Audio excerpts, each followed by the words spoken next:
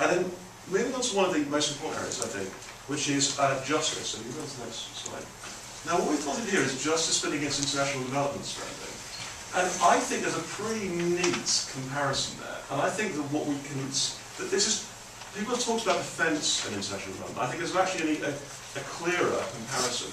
What I think you can see is that there has been a choice to move towards a sentencing policy, which is more lenient. And the idea that will save money. Now, the question of whether that will deliver long-term savings depends on whether the Howard League are right or Civitas are right on the effects on crime and on whether this is an effective criminal justice policy.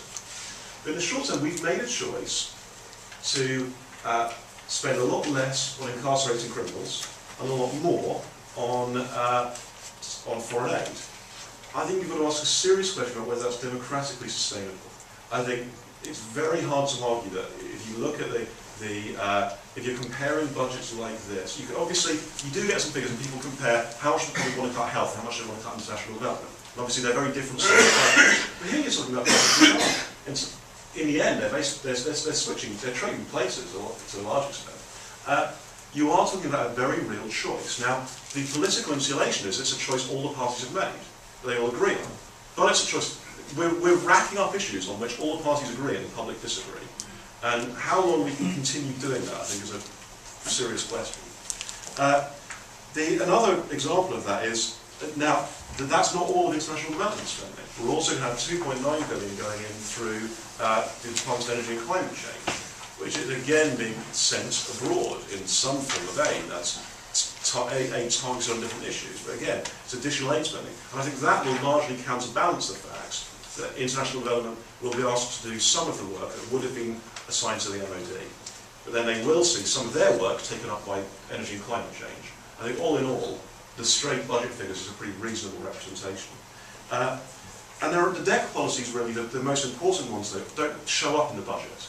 It's things like the renewable heat incentive. And the renewable heat incentive failed the impact assessment that the government did for it. They actually did an impact assessment that found the costs were higher than the benefits, and they're still going ahead.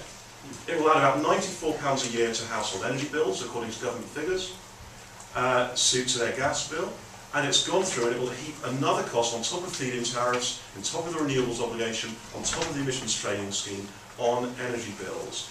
Citigroup Investment Research already think there's an affordability crisis coming. You also have the carbon reduction commitment, yet more on energy consumers, this time business energy consumers. It's gone from being a weird sort of recycled tax and subsidy to being a straight-out tax because the Treasury's going to keep the money. The irony is, we've heard about double taxation before. This is double cap and trade. You have energy that's been cap and traded through the European Union emissions trading scheme, and they're going to be cap and traded again if it's sold to a business customer. The classic case of a company like, from BT to Tesco's that buys electricity, that electricity will have been cap and traded twice, and it will have been hit by the renewables obligation, and it will have been hit by feed-in tariffs, and it will have been hit by the need to pay for cert. All of these policies wrapping up energy consumers. And we want to rebalance the economy towards manufacturing and away from the financial services. And we're going to add to one of their biggest costs with all of these additional policies. And that's when we come down to the final slide I'm going to talk to you about, and I'll reference it, which is the combined fiscal crunch. Because Treasury types, and I mean this in the broadest sense, from civil servants to people like us who like to focus on fiscal issues, to the media when they're commenting on fiscal issues, too often think about doing fiscal issues in isolation. In reality, they're part of an overall framework of policy. Now, here we've brought together a few of the big demands which are going to hit budgets in some way or other. You've got the fiscal adjustment. Now, this is the cumulative from 2010 to 2020, adding up the tax cuts, the tax hikes and spending cuts. That fiscal adjustment, cumulative over the period we know about. You then add the water network, of what thing we need 22 billion. That will go onto the water price, people's water bills. The energy network, we need to spend some money just to keep the thing doing what it's traditionally done, i.e. keeping the lights on. We need to then spend far more, 202 billion, this is Citigroup Investment Research numbers, in order to meet environmental targets. All that goes on energy bills. And so we've got this huge combined crisis adding up to over 700 billion, which needs to be found from somewhere. And that somewhere is ultimately household budgets or through businesses. primarily through manufacturing businesses in this case.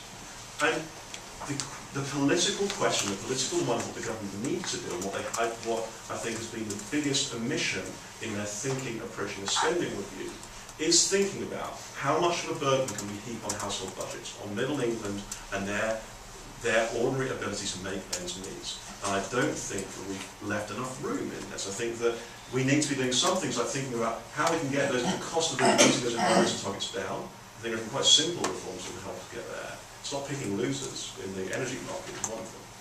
And I also think about cuts, and that's why Quango cuts are so important. Yes, the numbers are small, there are millions rather than billions. But every penny saved there, every penny saved by saving some Quango, where only the staff will really notice it's gone, and the special interests it deals with, is a penny that's not coming off those household budgets, and it slightly eases that fiscal crunch, which is the huge challenge that would have been facing any government, is facing this one, and I don't think the political class as a whole has properly faced up to yet, because that's the challenge. That's what will threaten social struggle, threaten that serious feeling of austerity.